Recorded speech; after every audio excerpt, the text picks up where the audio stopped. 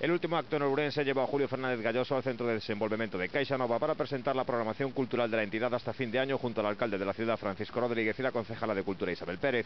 En el apartado expositivo habrá 3 muestras. La primera de ellas, La ciudad del infinito, viaje a la Fundación Vicente Ferrer. Se abrirá al público esta misma tarde y podrá contemplarse hasta el 10 de octubre. El testigo lo recogerá la muestra antológica de Manuel Ruibal, Trazos para una historia, y la fotográfica Pano de fondo. El teatro constituye uno de los platos fuertes de la programación, con la representación de 2036 Omega G, la obra con la que Els Joglars celebra el 50º de la compañía. La cita será el 7 de noviembre en el Auditorio Municipal. En estas instalaciones se celebrará también el concierto de la Helsinki Baroque Orquesta el 20 de octubre, el espectáculo lírico La Gran Vía de Chueca y Valverde el 10 de noviembre y el ballet de la Ópera Nacional de Kiev el 20 de noviembre.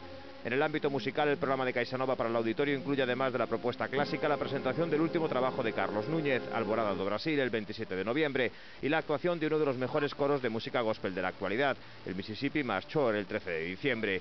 Por otra parte, en esta presentación, Julio Fernández Galloso habló del centro que tienen en marcha con IBM en la ciudad, que abrirá su sede definitiva el próximo mes de diciembre.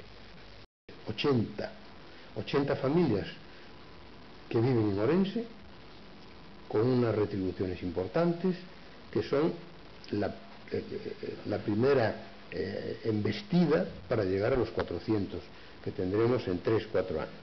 En este momento, algunas de las mejores empresas de Galicia, aparte de CaixaNova, ya se han firmado el contrato y nos están encantados los técnicos de IBM de la acogida que están teniendo y sorprendidos del mercado gallego en ese campo de externalizar servicios, porque lo hacen mejor, de la máxima calidad mundial y mejor precio que el que tienen las propias empresas.